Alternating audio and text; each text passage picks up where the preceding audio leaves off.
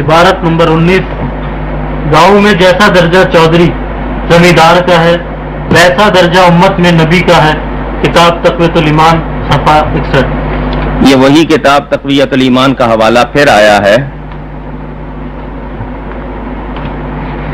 یہ وہی تقویۃ الایمان، اس کا صفحہ نمبر 61، یہ تقویۃ الایمان اور اس کا صفحہ یہ 61۔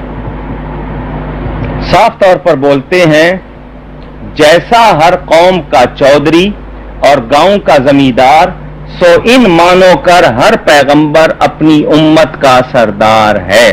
یعنی ان کے نزدیک سیدھی سی بات یہ ہے کہ جیسا درجہ گاؤں میں چودھری کا ہوتا ہے، نبی کا اتنا ہی درجہ ہے۔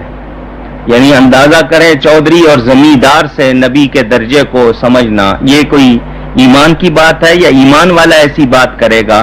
یہ حوالہ بھی اسماعیل دہلوی، جس کو یہ شہید کہتے ہیں، اپنا امام کہتے ہیں، یہ دیوبندی وہابی ان کو اسماعیلی کہنا چاہیے کیونکہ اس کو اپنا امام مانتے ہیں، یہ ان لوگوں کا عقیدہ ہے اس کتاب کی کفریات۔ اور گنگوئی صاحب لکھتے ہیں اس کتاب کو رکھنا ثواب، پڑھنا ثواب، تو کفریات والی کتابوں کا رکھنا اگر ثواب ہے تو پھر اعلیٰ حضرت فاضل بریلوی نے سچ کہا کہ شرک ٹھہرے جس میں تعظیم حبیب، اس برے مذہب پہ لعنت کیجیے۔